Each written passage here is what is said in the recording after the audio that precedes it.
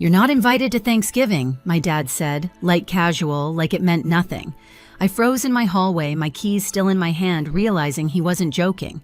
No hesitation, no apology, just cutting me out as easily as deleting a text. But that sentence didn't break me. It woke me up. Because the minute he hung up, I made a choice that would turn their entire winter upside down, and none of them saw it coming. Before I tell you the rest, tell me where you're listening from, and when you hear what happened next. What would you have done in my place? My name is Sadie, and for most of my life I thought being the dependable one made me a good daughter. The kind who showed up, the kind who helped, the kind who didn't cause trouble. Maybe that's why I ended up living alone in a small apartment on the outskirts of Minneapolis, quiet, worn around the edges, but mine. After 10-hour shifts at the distribution center, I'd come home to the soft hum of my old space heater and convince myself that this was enough. Warm enough. Safe enough. My family lived only an hour away, but the distance between us had stretched for years. Mandy, my younger sister, was always the center of gravity. Every crisis spun around her. Every plan adjusted for her moods. Every mistake was softened with excuses. She burned through savings on candle projects and creative retreats, but somehow the rest of us were expected to keep her world stable. Dad avoided conflict like it scorched him. If Mandy cried, he folded. If Mandy got stressed, he rearranged holidays plans, even people. Mom just stayed quiet, smoothing over tension with soft apologies that didn't fix anything. And me, I played the role everyone counted on, the fixer who didn't complain. Flashbacks come to me in pieces past Thanksgivings where I rode the bus home in freezing wind just to sit at a table that felt warm enough to melt every frustration from the year. Mom's roast chicken, Dad's loud stories about work, Mandy fluttering around showing off her newest hobby. Back then, I used to think those moments meant I belonged, but somewhere between those warm memories and now things shifted. I didn't notice when it happened. Maybe it was the first winter I covered the heating bill because Mom whispered that the house was too cold to sleep in. Maybe it was the next winter when Dad called at midnight saying the furnace was acting up. Or maybe it was all the payments I quietly logged into my own little file payments that added up to almost $8,000 while nobody asked how I was doing or whether I could afford it. They assumed I'd show up. They assumed I'd help. They assumed I'd keep everyone warm through every season of their chaos. I kept telling myself it was love, that this was what good daughters did. But standing in my hallway after Dad's call, the one where he uninvited me from Thanksgiving, without a pause, I felt something new settle inside me. Not anger, not sadness, just a sharp, startling clarity. For once, I wasn't the one they could count on without question. And for the first time, that realization didn't make me feel guilty. It made me feel awake. The hours after that call felt strangely quiet, like the world was holding its breath with me. I sat on the edge of my bed, still wearing the coat I'd never taken off, replaying Dad's voice in my mind. Casual, effortless, as if excluding me from Thanksgiving was a minor adjustment, not a decision that carved me out of the family picture. Mom texted me that evening, "Maybe it's better this way. Mandy's been anxious." Better for who she didn't say. She didn't have to. Every message, every silence, every small justification over the years suddenly lined up with painful clarity. My absence had always been the easiest option. My presence when I wasn't paying for something was optional, disruptive even. I opened my laptop and clicked into the folder I rarely touched unless something was wrong. The payments file glowed on my screen. I scrolled through the list: heating oil January, repair call March, emergency refill September, dozens of entries. Month after month of deposits I made without hesitation, sometimes squeezing them between rent and groceries for myself. $8,000. I whispered the number. $8,000 I'd sent to keep a house warm that apparently didn't have room for me anymore. I remembered the night Mom cried on the phone because her hands were too cold to wash dishes. I remembered Dad calling past midnight saying the furnace sounded like it was dying. I picked up every time. I absorbed their panic so they wouldn't have to. Meanwhile, Mandy posted selfies in new coats and brunch photos from cafes in the city, always smiling, always cushioned. When she failed at her candle business, nobody raised their voice. Nobody froze her out of Thanksgiving. They wrapped her mistakes in soft words. My mistakes, I wasn't even sure what mine were. Existing, maybe, not fitting the vibe. A dull anger simmered under my ribs, not explosive, not wild, just heavy, a steady warmth that felt dangerously close to self-respect. Dad's sentence echoed again. "You're not invited." And for the first time, I didn't shrink. I didn't rush to fix anything. I didn't try to understand Mandy's feelings before my own.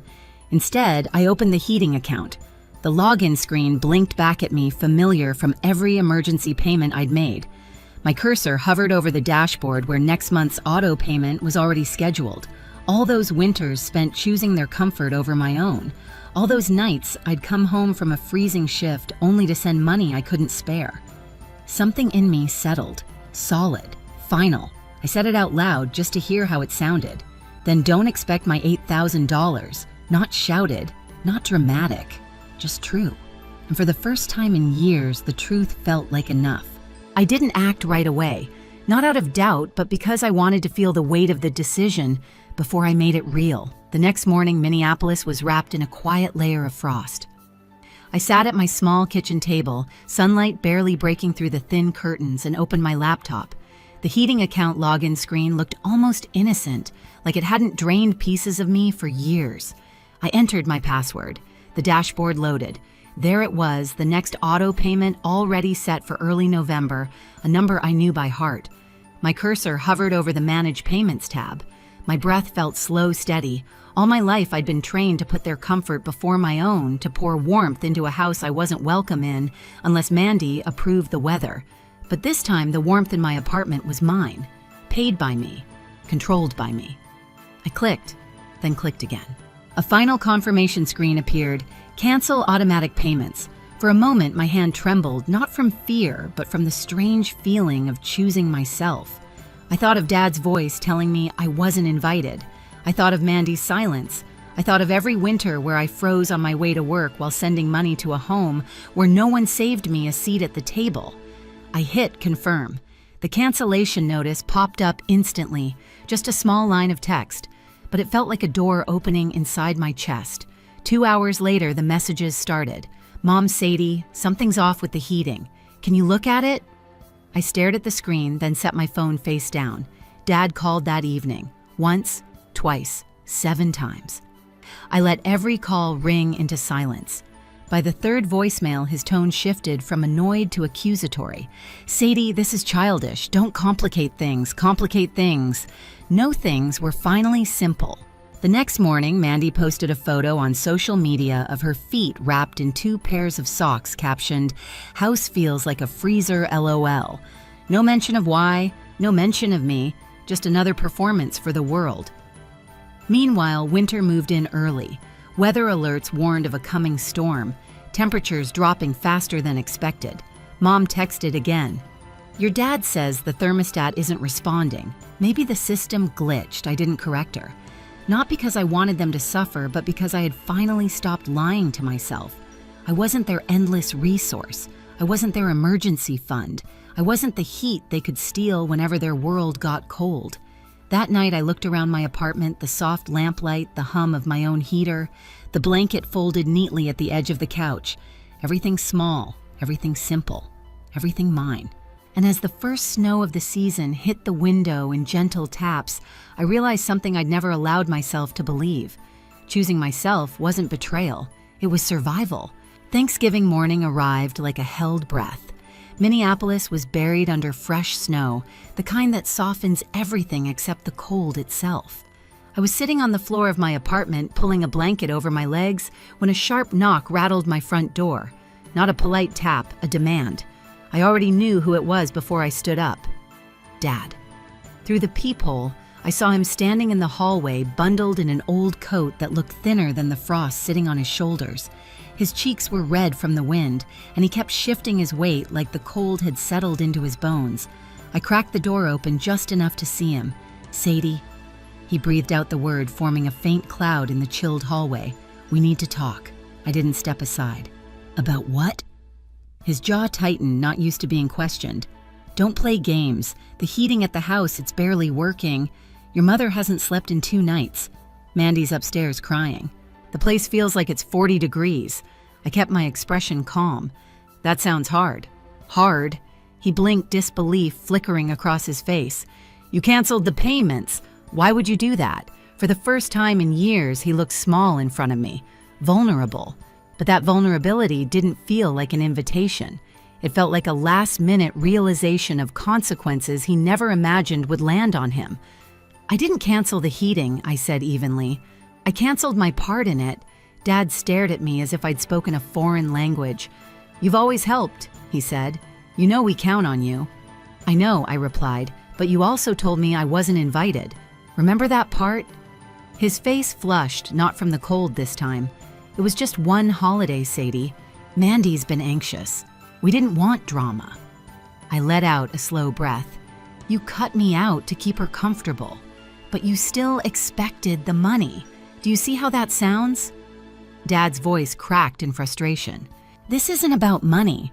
It always was, I whispered. Just not for you. He scratched the back of his head, a nervous gesture I remembered from my childhood. Look, maybe I shouldn't have said it like that, but you know how your sister gets. You're the steady one. You don't take things personally. I pulled the door a little closer to me. I'm not the steady one, I said softly. I'm the convenient one. He opened his mouth, but nothing came out. When you uninvited me, I continued, you made it clear I wasn't part of the family when it wasn't beneficial, so now I'm just matching the energy. Dad finally exhaled a shaky, defeated sound. We have no money, Sadie. None. I had to sell your grandfather's old watch set just to buy 1 drum of heating oil. That won't last the week. The mention of Grandpa's watches hit me like a soft punch. Those were treasures he'd polished every Sunday, but even that pang didn't outweigh what I needed to do. I'm sorry you're struggling, I said truthfully. I really am. But you made your choice. Sadie? His voice collapsed into a plea. Please, your mom is sick. She can't stay in a cold house. Something inside me wavered just a little. Mom wasn't the one who chose to exclude me, but she also didn't stop it. I tightened my grip on the door. I hope she gets better, I said, but I'm not stepping back into the same role. Not this winter. Not ever. Dad swallowed hard, eyes narrowing, as if the cold itself stung more because of me. You're punishing us. No, I said gently. I'm finally stopping the punishment I've put on myself. Before he could respond, I closed the door. The latch clicking shut sounded like a decade of weight falling off my shoulders, but the climax wasn't over. Not even close. 4 days later, the snowstorm arrived in full force.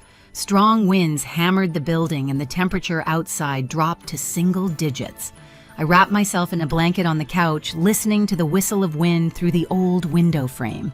Another knock came late in the evening, softer, slower, almost apologetic. I opened the door halfway and saw my mother. She stood under the flickering hallway light hair, dusted with melting snow scarf pulled tight around her neck. Her eyes were tired, more tired than I'd ever seen.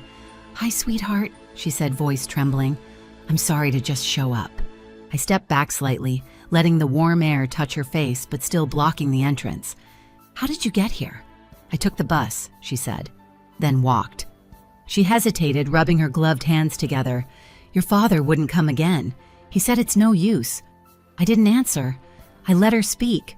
I've been thinking, she said, her voice cracking. About everything. About you. About the way we depended on you without really seeing you. Her gaze lifted to mine, and for the first time in a long time, she didn't look away. I should have stood up for you. I should have told your sister no. I should have told your father he was wrong, and I'm sorry. The apology was soft, but it landed hard. Not manipulative, not rushed, just honest. She swallowed. I'm not here to ask for money, she whispered. I'm here to ask for forgiveness, even if you can't give it yet. My throat tightened. Not with anger, with grief. For the years lost, for the moments that could have been different. I'm not angry anymore, I said, but I can't go back to being the one who holds everyone else up. Her shoulders dropped, relief mixed with sadness. I understand. We stood there for a long moment, quiet, except for the wind behind her and the heater humming behind me. Finally, she stepped back. I just needed you to know I love you, she said, even if I didn't show it well. As she walked down the hallway, her small figure fading into the echo of the storm, I closed the door gently. No slam, no rage, just a quiet ending to a chapter that had been breaking me for years. And for the first time in my life, the warmth behind that door belonged entirely to me.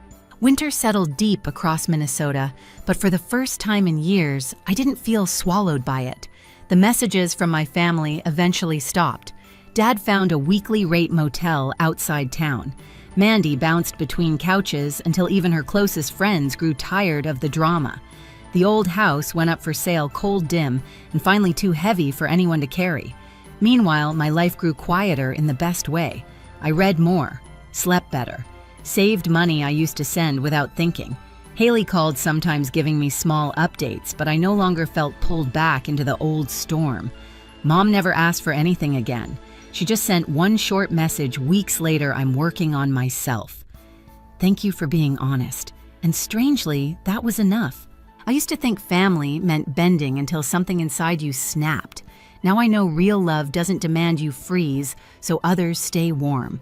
It took one uninvitation, one moment of clarity to finally redraw the lines I should have drawn years ago. And yes, there's sadness in the distance that followed, but there's also peace. The kind that comes from choosing yourself without apology. If you've ever carried more than your share or been pushed aside by the people who should have held you close, you're not alone. Tell me where you're listening from and what part of this story hit you the hardest. And if you want more stories like this, don't forget to subscribe and stay with me for the next one.